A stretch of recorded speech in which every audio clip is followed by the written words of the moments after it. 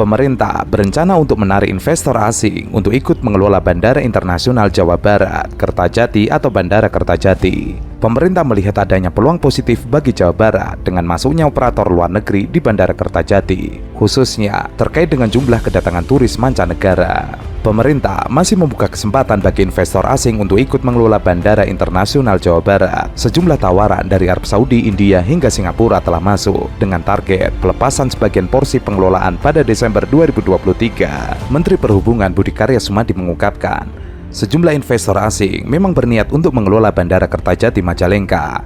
Budi memastikan sudah menyampaikan minat tersebut kepada Gubernur Jawa Barat dan Presiden Jokowi. Ada investor dari India, Arab Saudi, dan Singapura berminat berinvestasi menjadi operator. Dengan adanya minat investor asing tersebut, Budi yakin Bandara Kertajati bisa eksis secara internasional.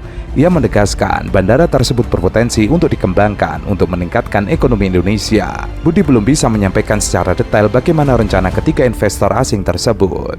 Dengan adanya pengelola investor asing, Budi memastikan tidak 100% kepemilikan sahamnya diserahkan langsung. Budi menegaskan, pemerintah Indonesia tetap memberikan syarat tertentu kepada investor asing. Dalam syarat daripada kepemilikan, mereka investor asing bisa mencapai 40%. Jadi AP2 dan Pemda nanti menjadi 51%. Direktur PT Angkasa Pura, Muhammad Awaludin mengatakan, saat ini infrastruktur serta fasilitas operasional dan pelayanan di Bandara Kertajati sudah siap, khususnya untuk menerima penerbangan pesawat jet yang dialihkan dari Bandara Husein Sastranegara Bandung. Ia mengatakan diperlukan kolaborasi seluruh pihak untuk dapat terus memajukan Bandara Kertajati. Awaludin menilai di dunia aviasi, setiap pihak harus berkolaborasi sehingga AP2 berkolaborasi dengan seluruh pihak untuk secara berkelanjutan memajukan Bandara Kertajati.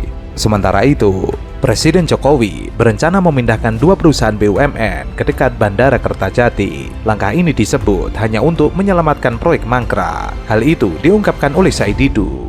Menurut Said Didu, langkah tersebut untuk menyelamatkan Bandara Kertajati yang diambang mangkrak. Demi menyelamatkan proyek mangkrak yang sudah establis ingin dipindahkan. Ia pun mengungkit ambisi Jokowi membangun infrastruktur.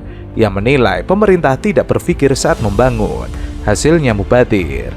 Makanya sebelum ambil keputusan dan bekerja, sebaiknya dipikirkan dulu agar uang rakyat tidak mubazir. 2 perusahaan yang dipindah itu adalah PT Pindad dan PT Dirgantara Indonesia, masing-masing perusahaan yang bergerak di bidang pertahanan. Didu pun mempertanyakan, apa hubungan kedua perusahaan itu dengan Bandara Kertajati? Apa kaitan Pindad dan PT DI dengan Kertajati? Hanya akan buang-buang uang atau menjualan tanah ke Pindad dan PT DI?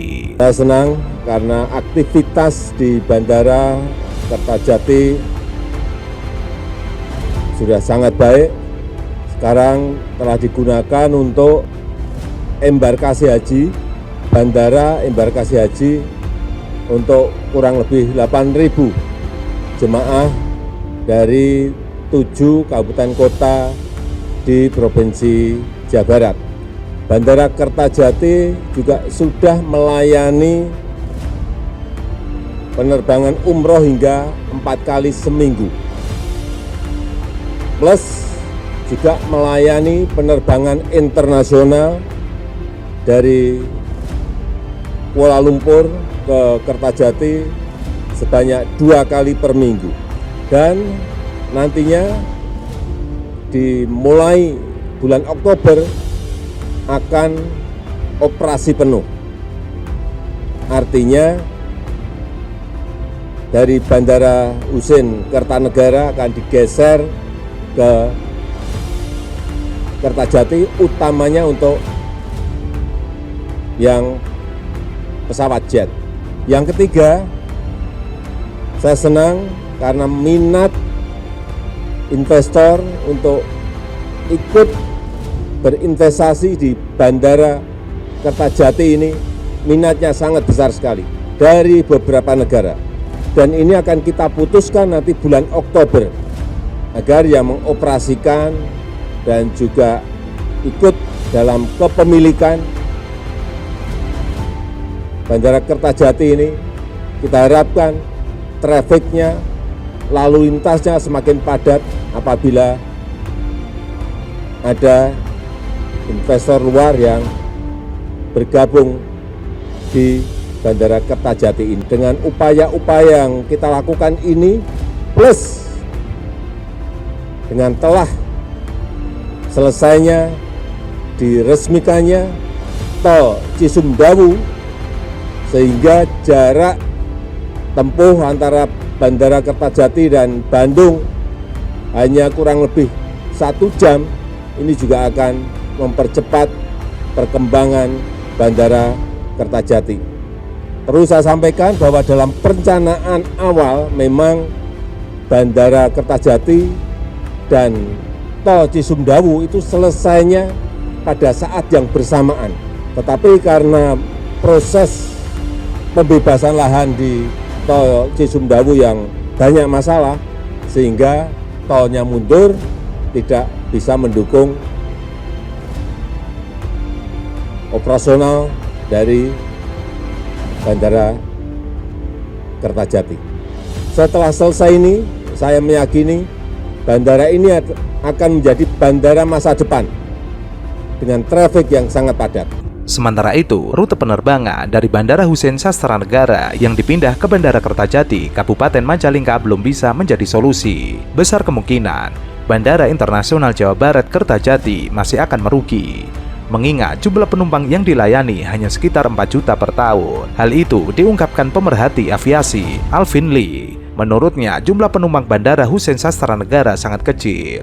Secara umum, hingga saat ini jumlah penumpang yang dilayani Bandara Husein hanya sekitar 4 juta penumpang per tahun, sangat kecil. Saat ini, bandara dengan kode BDO melayani 63 keberangkatan per pekan. Dari jumlah tersebut, 24 diantaranya adalah keberangkatan ke DPS atau Denpasar, Bali. BDO terhubung ke 11 bandara untuk penerbangan internasional hanya ke Kuala Lumpur oleh AirAsia yang sekarang sudah pindah ke Kertajati. Oleh karena itu, kalaupun seluruh penerbangan BDO dipindahkan ke Kertajati, penghasilannya tidak cukup untuk menutup operasional dari Bandara Kertajati Majalengka. Solusinya adalah Kertajati tidak hanya mengandalkan warga sekeliling terbang ke luar negeri, tapi mampu mendatangkan warga luar untuk tertarik dan berkepentingan mengunjungi kawasan sekeliling Majalengka. Sementara itu, pengamat kebijakan publik menyarankan agar Bandara Kertajati dioptimalkan sebagai bandara yang melayani umroh, haji, dan logistik kargo setelah seluruh ruas jalan tol Cilenyi, Sumedang, Dawuan terkoneksi. Fungsi sebagai bandara yang melayani haji dan umroh harus segera dilakukan, dan bahkan kalau perlu bukan hanya untuk wilayah Jawa Barat,